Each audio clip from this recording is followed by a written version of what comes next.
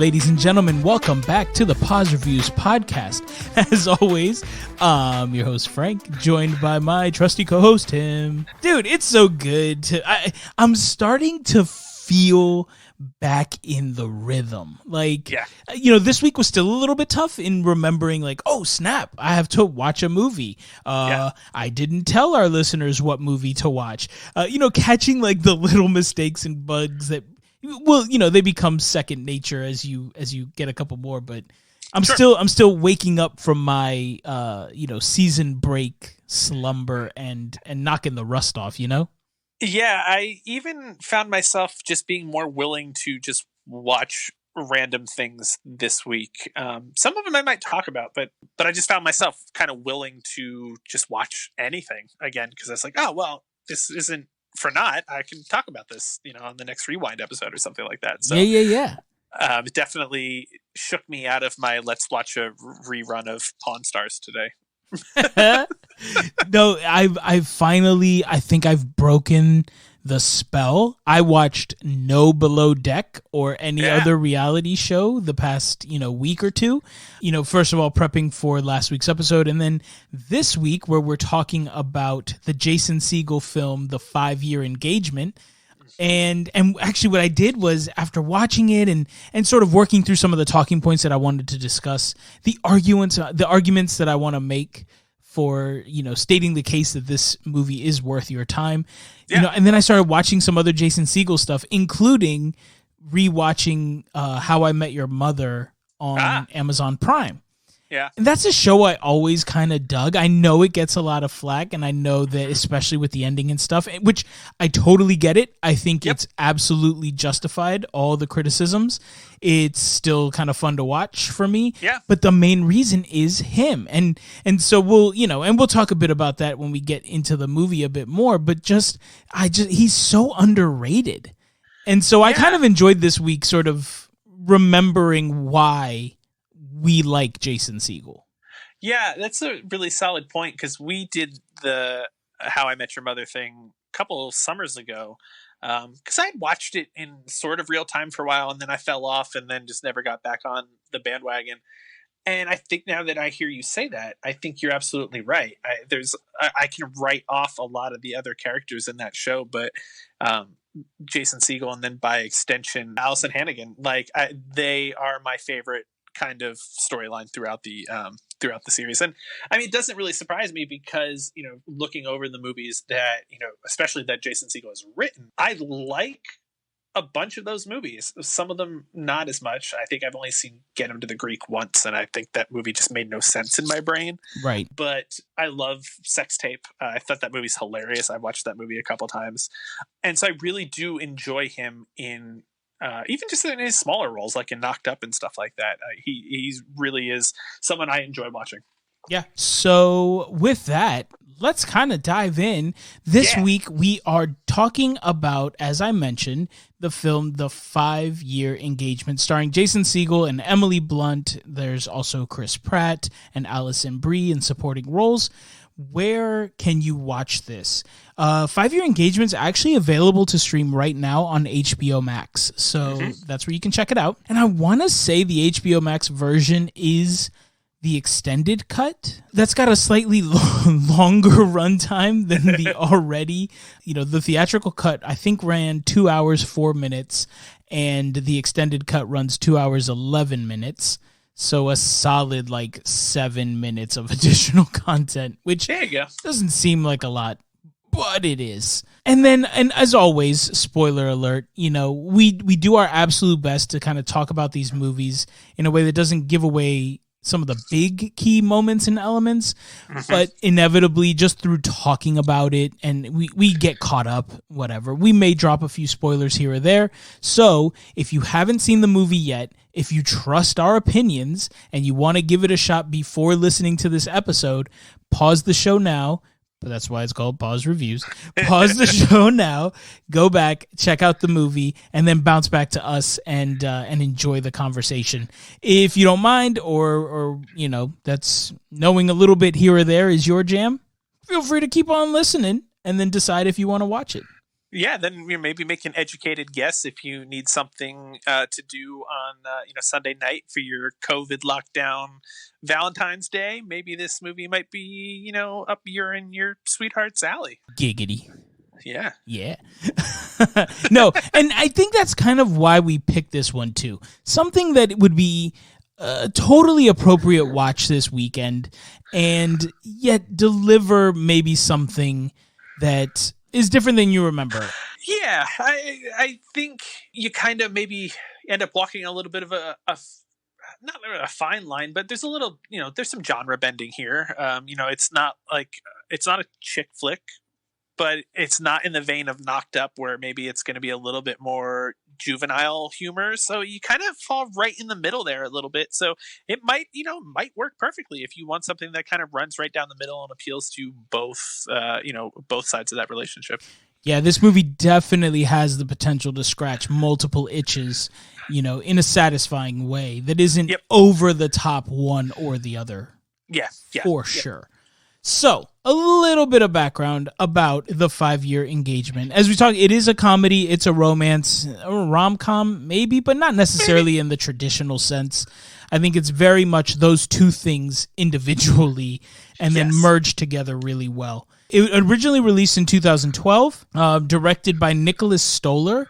Nicholas Stoller also directed Forgetting Sarah Marshall, Get Him to the Greek, Neighbors, Neighbors 2, the movie Storks, which feels a little random, and the Netflix series Friends from College.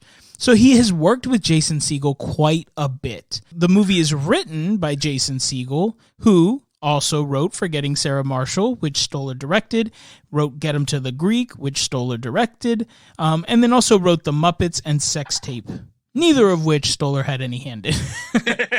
He was too busy making Storks. But Nicholas Stoller also co-wrote this movie. So, he's also done writing work on films like Fun with Dick and Jane and Yes Man, Get Him to the Greek, Gulliver's Travels, which actually I think Gulliver's Travels, wasn't Jason Siegel and Emily Blunt both in that one?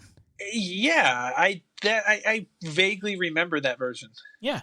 So also co-wrote The Muppets with Siegel. He wrote Muppets Most Wanted, co-wrote Sex Tape, also wrote Zoolander 2, Neighbors 2, Storks, Captain Underpants, which is hilarious.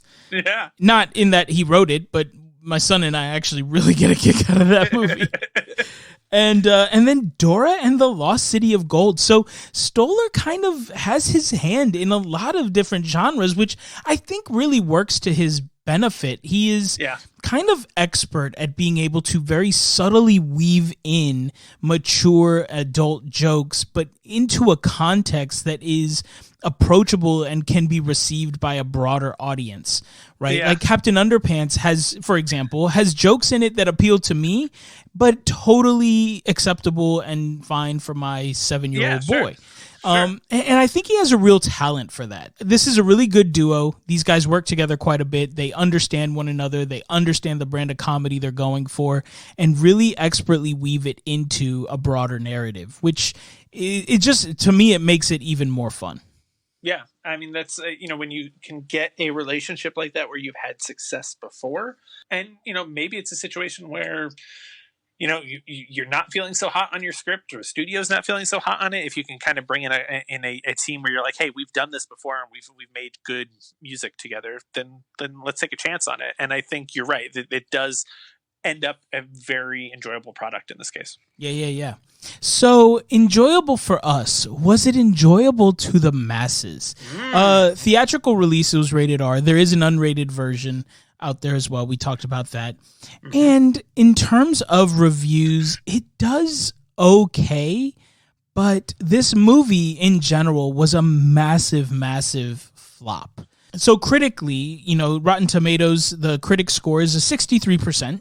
That's not bad for a comedy, I think. But the audience score, in a rare turn of events, is actually lower.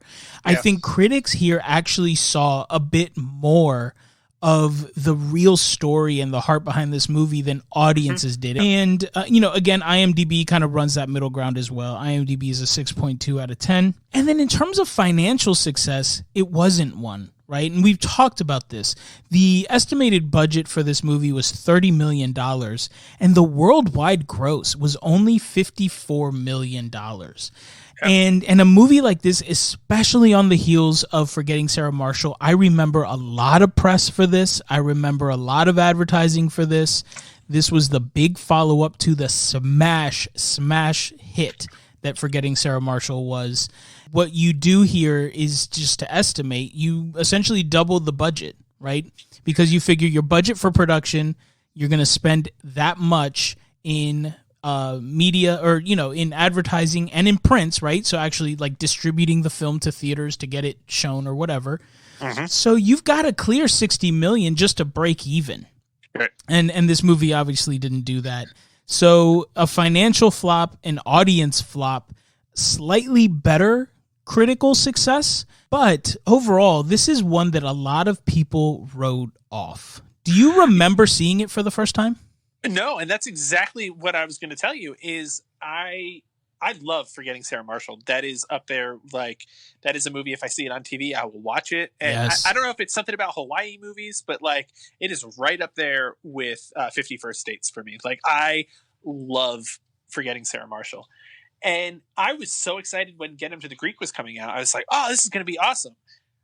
But I don't remember this movie in between. And then Get Him to the Greek, like I said before, just doesn't compute in my head. I guess there's two Jonah Hills running around in this. You know what, though? I think Get Him to the Greek came out before this one. Before this? Yeah, I think it was Forgetting Sarah Marshall, Get Him to the Greek, and then this one came after all that. Yeah, this totally was under my radar, like completely, to the point when I was like, wait, did this even have a wide release? Was this, a direct to something? But no, yeah, I totally missed this the first time around, and it would have been, like I said, right up in my wheelhouse of things that I would have watched based on my previous viewing habits. And then I think that will kind of color my ultimate thoughts on this, of why that's unfortunate. Why it is an unfortunate thing that people missed it. You know what, though? That does help me make a little bit more sense, though, of it, because, yeah, Forgetting Sarah Marshall comes out in 2008. Get Him to the Greek comes out immediately after in 2010. Okay. And then there's The Muppets, which The Muppets had decent success, if I'm remembering right. Yeah, and there was a big renaissance around the Muppets. That's an IP that people get really jazzed about. It's also obviously a broader audience appeal, that kind of thing. So financially, you're going to do better at the box office when people can bring their kids, right? There's a reason why traditionally superhero movies, all that kind of stuff, weren't rated R, is because you need to bring in a broader, swath of people until the massive success of Deadpool. But we're not here to talk about that right now. And so 5-year engagement, then, like I mentioned, comes out in 2012. So it's interesting because, I kind of saw this as the follow-up, that there should have been a lot more build-up, but it makes perfect sense that Get Him to the Greek was not well received at all. That was a massive flop. So coming on the heels of that, and then, does that taint people's views here? Like, this would have certainly been the movie of, if you don't strike the gold that you struck with your first one here, then you're going to be M. Night Shyamalan, right? Like, you're going to, we're going to kind of write you off. Now, that's not what has happened. Jason Siegel has maintained a very successful career, but that definitely helps to paint that picture a little bit more clearly. That people kind of came into this one, it wasn't just high expectations. It was, you had better wow me, or else we're going to take Sarah Marshall as a one-hit wonder, and we're going to kind of lump you in and say, you just couldn't strike magic twice. Same like the Michael Jackson effect, right? Yeah. It's like, can you do better than... Well, Thriller, yeah. I mean, it's probably, if not the greatest of all time, it's up there in the consideration for greatest album of all time. And he still had some successful songs, but he could never match the magic that was that album. Yeah. So I think people were kind of looking at Siegel in a similar way and saying, like, you gave us Get Him to the Greek and Muppets was okay, but like, if this isn't on par with Sarah Marshall, then maybe you're not who we thought you were. Yeah, it's really interesting to flip that around, right? Like, if you had the marketing power or the momentum of coming off of Sarah Marshall into this movie instead, two very, in a similar vein of romantic comedy rom-com-esque kind of movies, you might actually get a little bit more traction into this movie, whereas coming off of, like you said, Get Him to the Greek, maybe there's not as much marketing power behind it, and then certainly not the momentum coming off of that into this as maybe it would have been if they were reversed for some reason. I mean, again, I don't know the necessity for Get Him to the Greek. I was really excited about it, saw it once, and never cared to see it again because it just did not.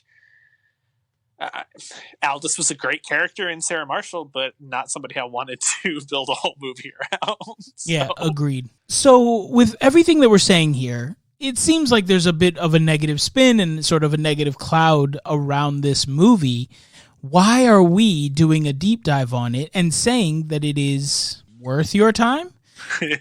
And so I think the answer for me is that I think because of the letdown that some of the movies were after Forgetting Sarah Marshall, that nothing really quite hit the same comedic notes and the same success as that movie. I think when people went in to see this one, they were expecting one thing, delivered something different, not worse, not bad in my opinion, right, but something different that was unexpected, and therefore it was sort of immediately cast aside as another flop, right? Mm-hmm. Another failed at bat. When in reality, I genuinely believe that this movie can stand up there with his best works, Siegel's best work, and Stoller's best works, just in that it so successfully marries these approaches to storytelling, right? The mm-hmm. strong comedic approach, but also this heartfelt, really narrative and character driven romance.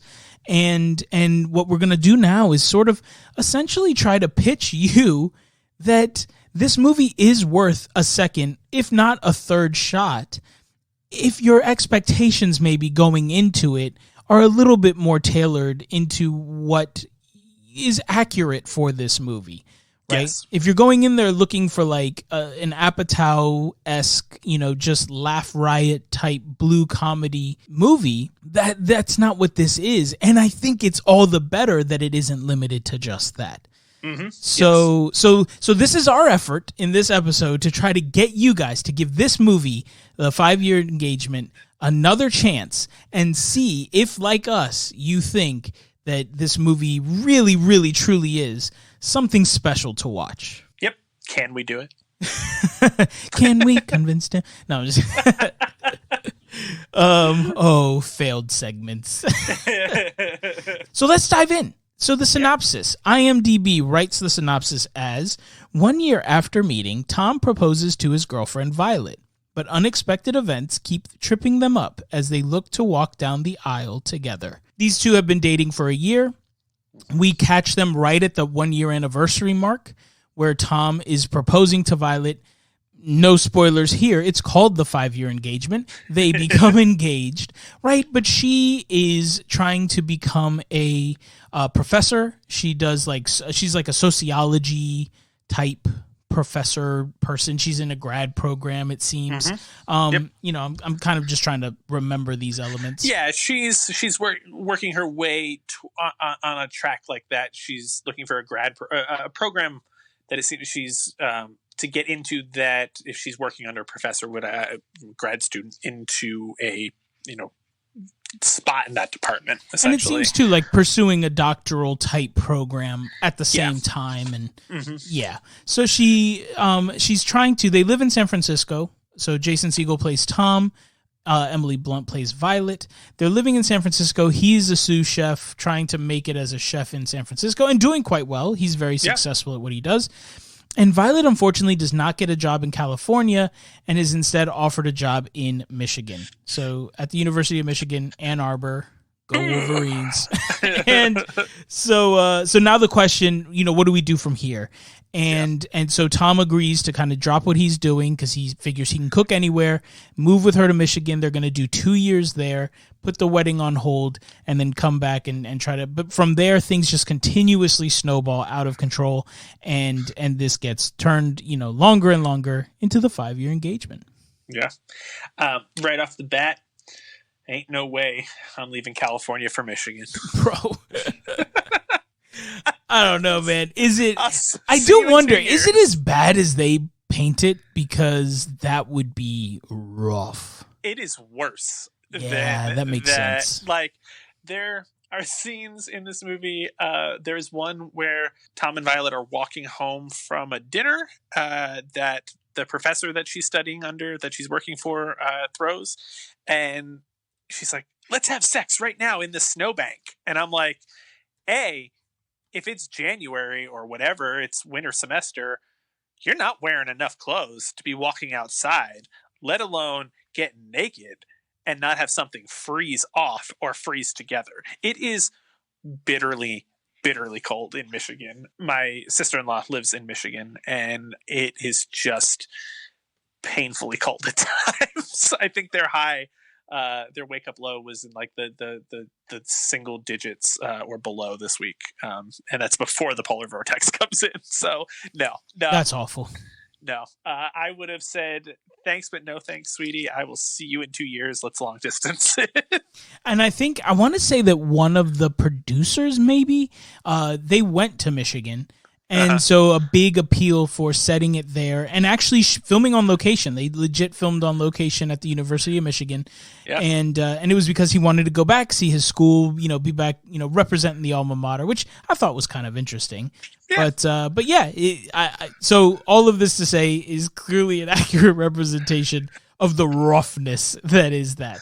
I couldn't do it. I mean, throw on top of this, as they make this announcement, as Tom quits his job, he's then extended the head chef job at a restaurant that the chef of his current employer is going to start up. So they're both faced with these great career opportunities. And, he says no to go to Michigan. And to be fair, because he didn't know that when he said yes to Violet. Ooh, here's a question. You're dating for a year, Tim. You're dating for a year. You're in love. You love her, right? Mm-hmm. I mean, it might as well be it might as well be the love of your life, your wife, right now. Mm-hmm. You guys are dating for a year. She gets, you propose the whole nine. She gets an offer somewhere terrible to go for a couple of years. But it's only been a year.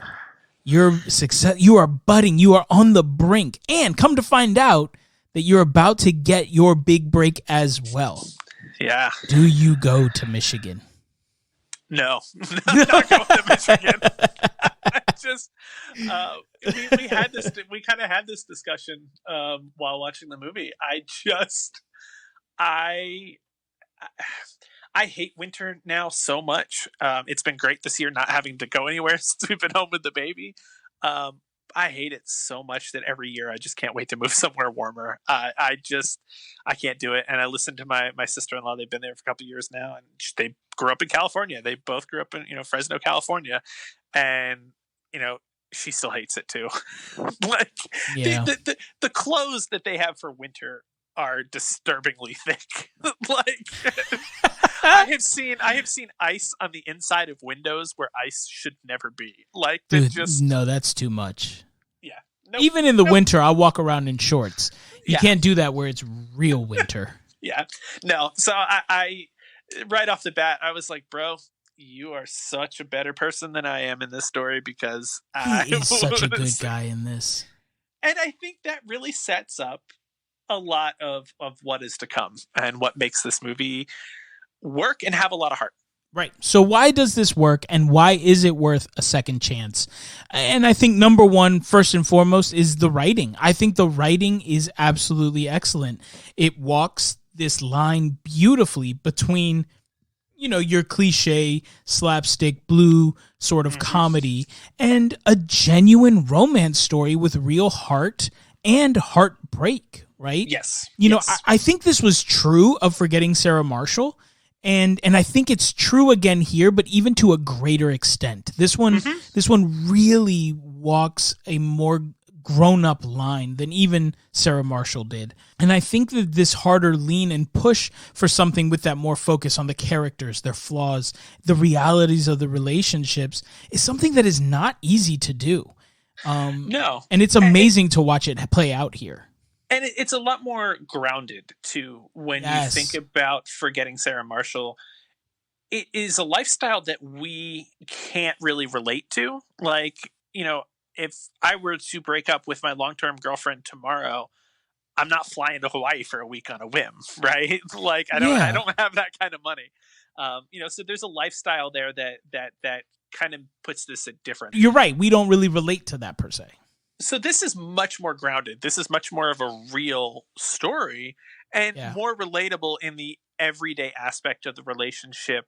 There's not fantasy in this. You can have that discussion, like I mentioned, we had, with your significant other of like, hey, what would we do in this circumstance? Or, how could we navigate a situation like this where it's, your career versus my career versus our engagement. That's not a storyline that you'll find in Forgetting Sarah Marshall. So it makes it, it's a completely different movie. But still borrowing a lot of those elements to keep it in that lane of being funny and being a good comedy. I mean, I think that's exactly spot on. Overall, the way that it tells this real and believable story, this true romance between people who are so relatable, it resonated with me from jump. In the opening scenes, right, we see them driving. We open up to see Violet and Tom in the car heading to a New Year's party at Violet's sister's house.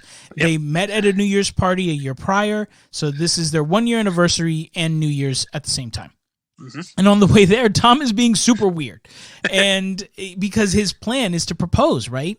Now, that wasn't necessarily what happened with me, but I will tell the story, and Alyssa, I'm sure will be okay, but she doesn't listen anyway, so who cares? Alyssa and I dated for years, 6 years, maybe a little more before we got married. And I remember having a conversation. I had saved up some money, kind of like my rainy day fund, whatever. So we were talking finances. We were thinking about X, Y, or Z. And something ends up happening. So I buy her ring. So I had saved up like $6,000. And I went and I bought her engagement ring while she was, I don't know, on vacation somewhere, whatever, doing something. It doesn't matter. That's irrelevant. Now she comes back and something happened. My car broke down, whatever. Again, I don't remember. Irrelevant. So, but something happens where I need to spend a chunk of money, which I no longer have. Right. And so Alyssa, and to be fair, right, she is... we're not engaged yet, and so she's still kind of gauging like, this is the man that I see myself marrying, and now what she's seeing is essentially from her point of view, okay, what's the problem? You've got some money saved up, fix the thing. And I'm like, well, I don't have the money. Well, what did you spend it on? Right. Well, that doesn't matter, but I don't have the money. I can't tell you. Why can't you tell me? Like, in her mind, this dude is totally irresponsible with his finances. Who knows what did he just burn this on? And especially with me, right? Was it, collectibles? Was it movies? Was it something stupid? Which is totally me. And so, again, she's just badgering me to the point where I'm just looking at her. I'm like, can you please stop asking me what I spent this money on? I cannot tell you.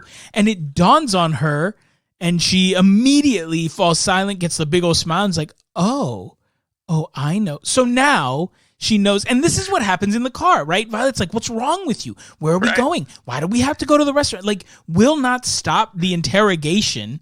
And we, as the men, just have no choice but to basically be like, shut up. I am proposing to you at some point. And this is dude, it just, watching that play out on screen immediately brought back that moment for me. Even actually, when I did propose to Alyssa a couple months later, because then I had to wait even longer to let it die down a bit. Right. And so I proposed to her. We had planned a trip to go back to Puerto Rico, and so we're there, and to get to the place I was gonna do it, it was like a 6-hour drive, and we're crammed in this tiny car, sitting in traffic. It was miserable and awful. But I've got people there waiting, like her friends, everyone. We're having a huge party. Like her best friend was there, her brother was there, my sister was there. Like all these folks are there to celebrate the engagement. And if I don't do it, we're going to walk in and they're going to be like, yay, let me see the ring. And she's going to be like, what ring? So I'm like, let's go for a walk on this beach, whatever. And she's miserable. This is the last thing she wants to do. She's like, I just want to get there. I just want to sit down. I want to eat something. I want to go to sleep, whatever, right? I need a drink. Right. And I'm like, no, baby, let's go for this walk. And so she is pissed at me. And I have to, propose. And it's the same, right? Like now he has to play out this thing that is just not what he expected, not how he envisioned. It works out. It worked out for me. It works out for him. But the way that they capture, not only is it funny, but it's so real.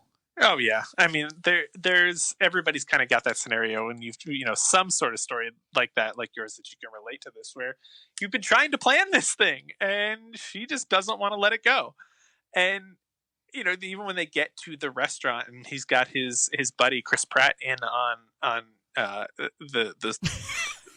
engagement. Yes, he's so awkward, and even that goes awkward, and Tom's just like, forget it.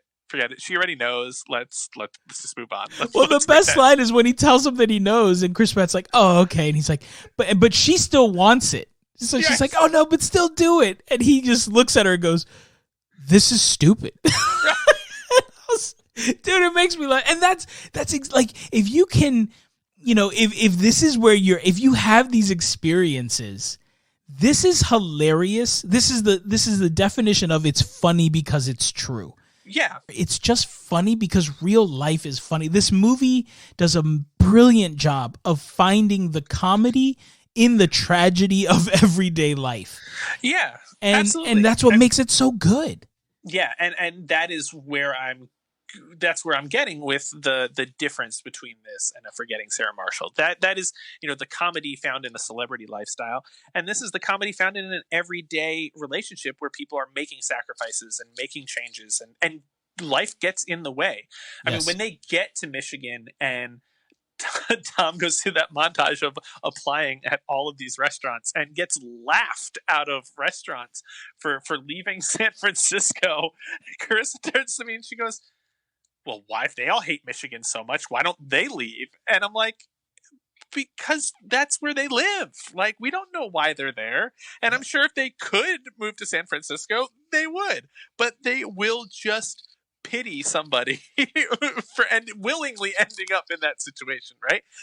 You've done it to somebody. I'm sure you'd be like, why did you choose to live here, right? Like, why would you choose to do that? Well, especially if you came from the show. You know what I'm saying? Like, you were just in the big time. Yeah. What are you doing? Yeah. He gets laughed out of all of those restaurants, settles on a sandwich shop, right? Oh, like that place is real, apparently. It's a real sandwich shop in the Michigan area. That's amazing, and I definitely or the Ann Arbor area, the Michigan area, the Michigan area, a very big state divided by a big old lake too. Right.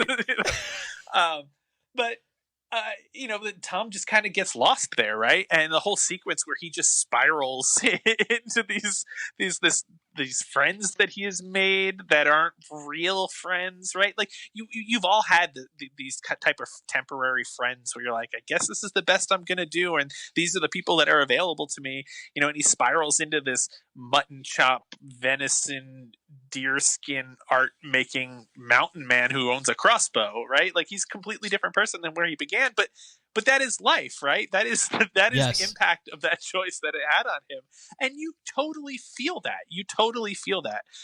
What a place does to you for you to survive, right? There's a survival element there, but that is life. That is everyday life. What have you adapted to keep your sanity and while at the same time lose your sanity, I guess, which is what he does. Tim, message received, buddy. When the quarantine is over, we'll just go our separate ways. Bromance ends. Fine, I get it. No, but you know what? I'm really glad you pointed that out, because some of my favorite characters in this movie are those very people, right? Yeah. So when they're in San Francisco, they have a life with these people who lead similar lives, right? She's close to her sister. His buddy Alex, played by Chris Pratt, is there. And it seems like these are people who are going to be in your life for a long time, because this is where you all are. And when they move to Michigan, she gets a group of friends. Mindy Kaling, Randall Park, and Kevin Hart play these other grad student sort of teacher aide type people. And then he gets Chris Parnell and Brian Poussin as his like just like mountain lake dwelling people of Michigan who just kill me. And it's great. And they have that meeting too, right? Because they go to the party with all the other, professors and kind of wannabe educator professor people. That's like their goal. And that's how Chris Parnell approaches him. And he's another sort of educator spouse. And so that's how they find each other. This is just the point of life that they're in now. And they find comfort in each other, but they couldn't be more different. No, everybody's exposure to a chef in Michigan is run through the lens of Ratatouille. Right. They're all like, yes. Oh, you're a chef. You've seen Ratatouille, that movie? Like, again, coming from the show, he's in it with other chefs and, other culinary types. And now he's in Michigan and people just don't apparently have this concept of, cooking for a living. Right. So the next thing that I want to point out is what this movie does so beautifully is that it tells this real story and it tells a believable and relatable story, but it never sacrifices. It doesn't let itself fall into the trap of your traditional tropes and cliches, right? You can have and achieve the heartbreak and the happy ending without having those like overly cliche moments, right? This is not a movie that ends in like the mad dash to the airport. This isn't where they cross paths and like realize that they need each other and one goes back to Michigan and while the other one came back to San Francisco and it's like, oh my God, he really does love, right? You don't run into these sort of just cheap, fake things that just really don't happen in real life. If they come together or they don't when they're as their paths cross and they don't or whatever the situation may be, it happens in very real ways, right? So at the end of the 5 years, little bit of spoilers here. At the end of the 5 years, they have to come to terms with who they really are trying to be, who they really are, and is this working? Are they happy? And they go their separate ways for a while. They find their ways back to one another, but it is in a very believable and natural way, right? Yes. They come back to it's a phone call. It is a conversation. It is, I think I need to explore this again. Well, let's come together. Let's give this another shot. Let's see what happens after a few weeks, right? And the realizations come in a normal way. It's not these grandiose, like we've talked a little bit about the Disney princess mentality. Yes. Right. And that doesn't exist here. And I think the movie and the storytelling is all the better for it because it is relatable start to finish. Every element of this movie, you could see yourself in it. Yes. And that's absolutely helped along by the fact that the reason they break up or end the engagement in the first place is very believable. There's a little bit of infidelity, but it's not, I had a raucous one night stand with somebody. It was, her, Violet and her professor, get drunk and they share some intimate thoughts, or she's going on about Tom and the struggles in her relationship. And the professor makes a move and they kiss briefly, but she's like, whoa, wait, I'm in love with Tom. Like, no, this is not a thing. And then Tom gets drunk on the rehearsal dinner and he ends up sort of hooking up with one of his coworkers that he meets as he stumbles, home blind drunk. But it's not ridiculous. It's not they had crazy sex and they don't even really break up because the infidelity, right? Like it's a symptom of a bigger disease. Exactly. Yeah. And they have that realization that like, what has this done to us, right? And so it really is heartbreaking when they go their separate ways because nobody really did this to each other, right? Nobody's at fault. Nobody's to blame. And when they are able to get back together, you're not like, oh, how could you forgive him? Or how could you forgive her? Because it wasn't them doing anything to each other. It was the situation that drove them apart. No, absolutely. And I think too, one of my favorite lines in this movie that just resonates on so many levels because you can really feel the hurt, right? And it's Jason. So as you mentioned, Violet gets drunk and she and her professor, played by Reza Fons, they share this kiss, they share this moment. She's complaining about Tom and feeling like he's not trying, like he's just kind of become this slob, who's given up, and she's just looking for someone to comfort her, but she's looking for it in the wrong place, right? She's looking for it with her professor. They end up sharing this kiss. She eventually is honest about it. It's the classic, right? Like, it meant nothing. He kissed me, right? Like, I was the victim here, which is kind of true to an extent. But there's a moment, and he accepts that at first, and they try to press on, and they, and they're trying to just move past it, and he understands, and his reaction seems reasonable. He's like, well, he can't come to the wedding, like, your friendship is over, and she's like, absolutely agreed, like, all that stuff. Yeah. And then all of a sudden, it comes, like, it's still bothering him, and one of the best lines in the movie is when he tells her, like, it pisses him off and that she hurt him. Not Reza Fons, but Violet. And her response is, but he kissed me. And he looks at her and says, but there is a reason.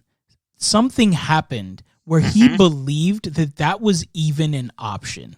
Right. And you put that out there. And that small moment, that small interaction, that small line made the movie feel like so much more. Like, this was so thought out. Yeah, absolutely. I mean, that is such a, I don't want to say believable, but that is the word, that is a believable scenario, right? I mean, well, that is the hurt. Yeah. You're out with friends, right? It's that emotional relationship more so than the physical relationship, right? We've gone out to happy hour with a bunch of coworkers and things like that. We spend an afternoon having a couple drinks, and we talk about our relationships, and everybody's in a relationship or married or has kids or whatnot. But you don't know. You put yourself, especially in a situation where you have a superior, right? Where, in that tropey situation where it's a professor that you work for or something like that. Sure. But, you start to let the alcohol take effect or whatever, and you say things a little loosely. You know what I mean? Like, if you don't have a good guy friend to share that situation with, or a girlfriend to share these things with, you start talking to people, and then people say, oh, well, she's unhappy or he's unhappy, and now we're having this emotional bond, and then they're both drunk, and that person that you opened up to sees that opportunity. And it's a very realistic scenario. Anybody who's been in a situation like that where you just kind of start to drift into dangerous territory, you have to really be careful with yourself, especially when alcohol gets involved. So it's a very, like I was saying, a very realistic scenario of them cheating on each other. It's not this like throw off our clothes and let's have sex in the bathroom. It's a very almost innocuous way to get into that infidelity. Well, and it's not even so much about the infidelity as much as it is each of theirs realization that there is a deeper unhappiness in this relationship for so many other reasons, right? Yeah. He cannot pursue his dreams. He feels inadequate as a man. All of these, that's what's really plaguing him. She feels like she cannot revel in her success because it comes at the expense of the happiness of her guy. And that lessens her. And that is not a situation anyone wants to be in. And so these moments of these infidelities really just serve to illustrate to them the real failures of their relationship and help them to come to terms with that, as much as it pains them to do so, because they do genuinely love each other, but circumstances this is not where they're meant to be in that moment. And it's just so beautifully done. So if you can watch this movie through that lens, looking for more than just like a laugh riot, this movie will deliver so much. And a big part of that, so the last thing that I want to talk about is a huge success here, is the casting of Jason Siegel and Emily Blunt. I always want to give Jason Siegel so much crap for casting himself in his own leads. Like, he basically just writes things for himself. But hands down, this is another time where it is so evident and clear he is beyond underrated as an actor working in this industry today. He can make you piss your pants laughing, and he can leave you totally spellbound and jaw-dropped in a moment of such dramatic poise. Like, it's unreal. It's so unexpected. And Emily Blunt, I can't say enough about her. She is an absolute monster as an actor. Like, she is so freaking good. Everything she does is awesome. And the chemistry between these two in this movie, we keep using the word believable, relatable, whatever. I swear to God, they have such chemistry in this movie that it drives all of this home. The greatest writing in the world means nothing if you can't have two people who can genuinely play it out on screen together in a way that just draws you in and keeps you locked in. And this movie does that. And these two actors do that. Yeah, it's really interesting because at first you're like, it's an odd pairing, right? You kind of off the bat, if you look at it on paper, you're like, Emily Blunt, like, okay, I know her, especially watching it now in sort of as a retrospect, right? You know, Emily Blunt, you're like, well, you know, she's pulled down the Mary Poppins role, right, since then, and you know, you're like, she's done some bigger things, some dramatic things, and you think of Jason Siegel more. You know, for the How I Met Your Mother stuff is really where I think a lot of people will kind of stick with him, you know, from that role. Right. And you're like, that's an odd casting, but it works so well. They just end up meshing so well together that it doesn't feel mismatched. This doesn't feel like a Hollywood relationship, right? This doesn't feel like an unbelievable like, he would never be with her. I never found myself saying that. I never found myself going like, oh, he's out of her league or she's out of her league.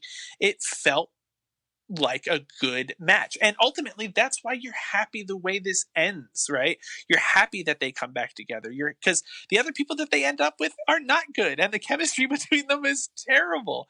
And it shows. And it just makes it that much more rewarding and that much more acceptable when they do find themselves back with each other, because you never wanted them to be apart in the first place. Right. So this movie is not without its flaws. Right. And there is one major one that I really want to talk about. The main thing for me that I had a big problem with, and I think a lot of people probably do, this movie is long, man. Yeah. This movie is so long. 2 hours and 11 minutes for the extended cut. Yep. And there's a lot of stuff. You know what? I think what it is that really bothers me, and I'm going to throw this out there, and you tell me what you think. There's always stuff you can cut, especially in the extended edition. Sure. There's a whole storyline with one of her ex-boyfriends. I take it back. It's not a whole storyline, but you get these two glimpses of this ex-boyfriend that give you these random windows into her past relationships and her inability to commit long-term, and how she hits sort of like these 4-year itches and bounces. And so, you know, no surprise that she kept pushing this off and fearing commitment and that kind of jazz. And that's a narrative that plays out in conversations between her and her sister and all that. Yep. So that's a genuine storyline that I think is justified in this narrative. Sure. But I think him coming in is just so unnecessary. This Gideon character is beyond unnecessary, and it's awkward, and it just, I don't know, it makes no sense. Yeah, I think now that you've told me that was in the extended version, it doesn't really add anything to it.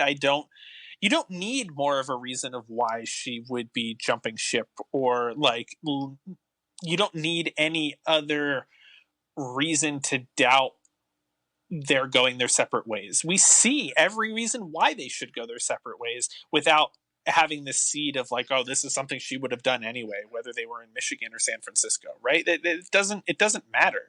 And then when he comes back for, I think, one of her grandparents' funerals, right? Correct, yeah. She's like, what are you even doing here? And he's like, oh, well, we became good friends after recent years. And then he names his random daughter after Violet, after his ex-girlfriend, and you're Yeah. like, oh, okay, why? Like, you clearly don't like her. You're kind of mad about the way that she jumped ship of your relationship, but you named your daughter. It was weird. It was totally weird, and I could see how you could save those 6 minutes, but those 6 minutes don't really make much of a dent. Well, and that's exactly my point, because outside of something like that, and there might be one or two other moments similar to that you can maybe cut, this movie will remain long, and I don't necessarily think that's a bad thing. I think that helps it to live more in the drama, right, category, being that's a more appropriate length for a traditional dramatic piece,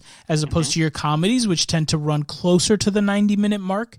Yeah. I think this movie is called The 5-Year Engagement. And I think what the runtime has the potential to do, if executed well, is to really, really give you that sense of time and really ground it even more in reality. Like, these are not things that happen quickly. These are not things that we want to just brush over and say, oh, believe us, they had a falling out. Oh, believe us, they have found their way back to each other. That is why you get those rushing to the airports, these last minute cliche like, oh, he is the one, right? Because you're trying to tell the story too quickly. More goes into that in real life, and I think they do explore that. So I'm not mad at the runtime. I think where it fails isn't just in length alone, it is that it's poorly used, because there's for me watching it, there was a weird element that I could feel the length of time, but I couldn't really understand the passage of time. I remember watching for a long time and understanding, man, they have been in Michigan for a while. But in terms of how they depicted it on screen, it seemed like maybe a year or two, when it had actually been like 5 years. It's a little too subtle. You see certain kids go from being babies to being like kindergartners, or, seasons pass, but Michigan has like 1.5 seasons. So it all kind of looks the same, right? So it's, I think they just don't do a good enough job of really illustrating specifically how much time has passed. And therefore you just sort of feel trapped in this long going sort of time loop sort of situation. Yeah, the elements that they chose, like the ones you mentioned, are odd, right? They don't necessarily even mark a passage of time. There's one cutscene where you see like the snow to the summer and then back to like fall, and you're like, okay, Jason Siegel's beard grows out and he gets like these weird mutton chops. It's like, okay, in a month, I look like I currently look right now, which is a pretty hefty beard that I've trimmed once, right? Other people, it might take them a full year to get this kind of scenario going on. So now he's also made a whole host of deer-related products and mugs and stuff, right? So yeah, but absolutely. There's that, and then there's the death of Violet's grandparents, and they kind of use that as a marker of passing of time. But they're all old people. Like, they could die within a week of each other. Right. So it's, they're kind of showing time going on there, but we don't know, the difference in time between them dying. Like, I guess that can show a long period of time. And then you have like, Chris Pratt's character changing a little bit from the jerky doofus that he was in the beginning to, they're so in love with each other at the end, and he's a little bit more grown up, but we don't spend enough time with him for that to even be a huge arc. So you do get lost in the weeds of how much time we're actually talking about, and that does hurt things a little bit, because that sort of speeds up Tom's descent into madness a little bit, making you believe that maybe his cheese wasn't firmly on his cracker to begin with. Like, there's just some odd elements that just end up hurting that. And then at the same time, you have that interlude period where they're not together. And it serves that purpose of you being like, okay, they're totally meant for each other. But that adds runtime that is necessary but also unnecessary. And I struggle with how long it felt, but then what do I cut, right? So that's why I come back to exactly what you're saying, is that there has to be a clearer mechanism to show the passage of time than what was actually used. Oh, and it could be cliche or whatever, but I mean, you've already set it up. It's called the 5-year engagement. We talked about 500 Days of Summer and how nice it was to actually have that counting clock or the calendar of days. Yeah. And it was an interesting dynamic. I mean, it could be as simple as, year 1. Like now we know we've been in Michigan a year. Year 2. Year 3, and we know we're getting closer to the end. That it could have been just as simple as that, and to really ground it and frame it out into a structure that we can follow. Because absolutely, honestly, it seemed like the first winter there, he had that crazy beard and whatever, but that was really like 2 years or 3 years, and yes, anyways. So I think so there's that. I think the movie is long, but there's not enough framing in it to help it to help you through the time. And so therefore you just sort of feel lost in time without real structure or guidance, which can make the movie just feel even longer. Yes. Additionally, the other thing that gets a little tiresome is the penchant to kind of repeat a joke for a little bit too long. There are certain things where you're kind of pushing too hard. There's a scene towards the end where Violet and Susie are together. They're talking in front of Susie's 2 kids, and they start talking about these really serious relationship stuff, but using Cookie Monster voice and Elmo voice. And you're like, okay, this is cute for a minute, but now you have bad British accent in an Elmo voice. I'm like, okay, in a bad Elmo voice. yeah, and which gets it strained the longer it goes on. And I literally turned to Carissa and I was like, stop. This has to end now. I can't take this anymore. And there are a couple of moments like that where you're just like, I get it. And you're running that risk of like, if we do this long enough, it could be funny. But a lot of the times it just ends up not being funny. There's similar when they have a dinner early on and Tom's trotting out all the deer products. He's like, hey, this is made of venison and this is, deer skin. And here's my homemade mead. It's honey mead made with local. And like, you get it. I got it. You gone off the reservation. Like, I get it. Fine. Okay. Let's move on. And so there's just a couple of those moments where you're just like, all right, you're trying a little too hard here. Yeah, and I can totally understand that. I think I am a little bit more of a sucker for that. It reminds me somewhat of like the Family Guy approach where it's exactly... That's exactly it. Where it's, in and of itself, it isn't overtly funny. Another scene I think about is the scene where we are introduced to Tom's new girlfriend, the younger girl.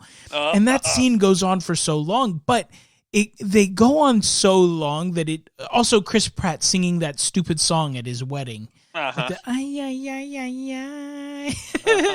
so, it is for me, like I said, I'm a bit of a sucker for that. And it does hit the note where it's just going on for so long. It's not that the joke or the moment is funny. What's funny is we're still doing it. But I can totally understand maybe a couple of times too many. I think it's an absolutely legitimate criticism. But if it's something that, like me, you're a bit of a sucker for, this may not hit you so hard. Right. And I think that's sort of the case for the whole movie, right? Yeah. Any movie, no such thing as a perfect movie. Any movie has the bad. This is one where the good so far outweighs the bad. It is why it's on our recommend list. Yeah. And... I think this movie really, as we talked about early on, just suffered so much from the existence of its predecessor, of Forgetting Sarah Marshall. And I believe that a lot of folks went into this movie expecting something closer to that. Get them to the Greek for as bad as it was. It did well in the box office. I thought the movie itself was trash. But a ton of people went to watch it because they saw Forgetting Sarah Marshall. Right? That movie more than doubled its budget.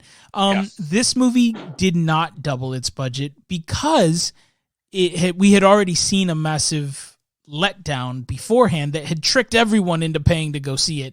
So people weren't willing to accept this one at face value yet, right? And when they got in there and it wasn't on par in the same way, and by on par, I don't mean as good as, but it didn't hit the same notes or have the same tone as Forgetting Sarah Marshall, I think people just immediately considered it garbage. And that is such as I watch it, that is so disappointing.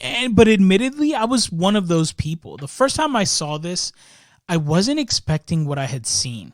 Yeah. What happened is that when I started to remove myself from it a little, like as the night went on and I started quoting some lines and thinking back on some things, and I started laughing a little harder. And then I started thinking about some of those moments, like that moment I talked about where Siegel just he has so much hurt in his face as he's like, for some reason, he thought it was okay to kiss you. Right. Mm-hmm. And how real that felt, and the emotion behind that. And as I marinated on it and I started thinking about that, I knew I had to watch it again. So I watched it a second time and then even a third time. And every time I watched it, I got more and more from it. And I loved it more and more. Right. Mm-hmm. And so that is why I chose this movie for this deep dive. Because I do genuinely believe that if you give this movie another shot with an adjusted expectation, you very well may be more than a little surprised at just how good it really is. It hits so many notes. It delivers the perfect amount of laughs. You genuinely root for Tom and Violet, and it feels good to do it because you relate to them. Their chemistry is fire in this movie. Mm-hmm. Right? And so it feels right and natural to want good things for them. Yes. You know, this is the perfect movie to curl up when you just want to have a bit of a laugh, maybe some gentle tugs on the old heartstrings, but you leave feeling overall satisfied and with that subtle, but ever-present smile on your face, right? As long as you can forgive some of the length and some of the shortcomings, which I absolutely can do. I highly recommend this movie. If that's the kind of mood you're in, and if you're willing to kind of go into it with this thought process, I bet you'd be surprised. I give this one a 6 out of 10, and it's a total must-watch. Yeah, you're 100% right. I definitely see how you'd be disappointed coming at this with those expectations. Having totally missed this, when totally glossed over it. I didn't have those expectations, as much as I love that movie, when you kind of pitched this, you're like, don't get excited. I was like, well, I don't have to. I don't need another Forgetting Sarah Marshall, right? Like I don't need that same movie. I'll just go watch that movie. I love it. Like, right. It's fine. I don't need a sequel to that. And again, when we got a sequel to it, it wasn't any good. So, just going into this completely blind, it is really sweet. And it is a great movie to watch this weekend if you want something that is fun, but isn't, dripping with sentimentality, Valentine's Day, ooze fest, a movie that'd be like, oh, that's what you did this weekend, turn in your bro card or whatever, right? Like right. This satisfies both ends of this. And again, being so realistic and being, about a very real relationship scenario that people have found themselves in. People, that we know have made these choices. Do we go out west, because you can get a better job there and I'll figure it out. This is, your job. You're getting this opportunity. I'll forego mine. And yeah, this is a bummer that, I'm missing out on opportunities here, but let's go make this work for 2 years. And then, things change, things evolve, life happens, and you find yourself 4 years removed from your initial scenario, and you just have to deal with it. And again, that's what makes this so relatable and makes this a very impactful movie and can open those conversations. Like I said, we sat here and had these conversations. We had these putting ourselves in those scenarios, like, oh, would you have done this? Very much like what you did at the top of the episode. Like, would I move to Michigan if, it depends on how much money. Let's talk money, right? And like, there's a lot going on there. But it's so much heart and so relatable and so much fun. And there's so many little things that happen that just make you laugh. Again, when I sit and think about the length of it, there's ways that you could cinch up the story, but there's nothing I would cut because there's just so many enjoyable tidbits. And then again, like I said, I just loved the ending. It's different than other things, right? They come back together and you're happy about them coming back together. It's not like other movies like The Breakup, where it all about their breakup and they go their separate ways, or 500 Days of Summer, where you watch this whole movie about their relationship and then they don't even end up together, right? Like, they end up together and the ending is cute and really fun, a little over the top, but it was hilarious. It's absolutely a must watch.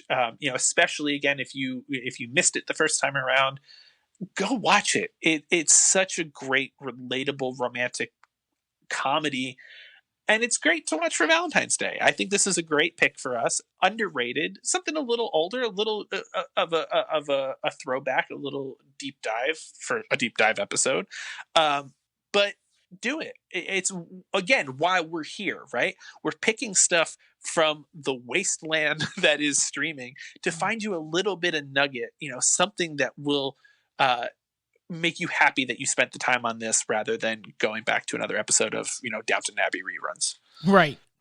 No, absolutely. Yeah, so I think that's the perfect spot. Let's put a bow on this one now. So the 5-year engagement starring Jason Siegel and Emily Blunt, available right now to stream on HBO Max. Check it out. It's perfect for this weekend. Couldn't have said it better myself, Tim. Love it. Love it. As always, please, guys, make sure to reach out to us. You can listen to this episode, any of our episodes, on the Podbean app or anywhere that you get your podcasts, including YouTube. So, check us out anywhere that you guys listen, like, subscribe, rate, share, all that stuff. It is a massive, massive help for us. Additionally, on Instagram, check us out there. We do posts each week with, little quick reviews and stuff that's going on. So check us out on Instagram at Pause Reviews and use that to comment and send us a DM, send us whatever, send us recommendations, requests, questions, all that good stuff. We are at Paused Reviews there. You can always email us, pausedreviews@gmail.com, or you can find links to everything on the site, www.pausereviews.com. Links to all of the places, all the podcast libraries and directories where we are, and also, all the episodes available for streaming, downloading right there, courtesy of Podbean. Let's see. Other than that, next week, we will be back with another brand new episode, and it'll be a rewind. So no need to do any prep or homework. Come and check out what we are watching this week. And I think there's a lot of good stuff. I think we're going to be talking about some interesting things. I know Malcolm and Marie is on my radar from Netflix. I know The Little Things is on my radar from HBO Max. I think Tom and Jerry is starting to get ready to come out here in the coming weeks. So anyways, lots of good stuff. So make sure to tune in. I have a couple. We went back a little bit into the vault to fill some holes. So, I have some feelings in some of that stuff. And then I have, I think, what is a listener request that I'll chat with you about. Somebody hit me up for something. I'm not really sure what that was. I just got a text that was like, have you seen this? And then that was the end of the conversation. So I'm not sure if that was a recommendation or not, but kind of check it out. Maybe we'll talk about that too. I love a listener request. Ooh, that just got me excited. All right, guys. Well, thank you once again for listening. Ooh, especially you, James. I have a buddy who had no idea that we had a podcast and sent me a picture the other day of him listening to some of the episodes while watching the Super Bowl. So thanks for listening, James. You and the 6 others mean the world to us. As always, I'm your boy Frank. This is Tim. And we will catch you guys next week. Until then, happy watching. Happy Valentine's Day. Oh, yeah, and that.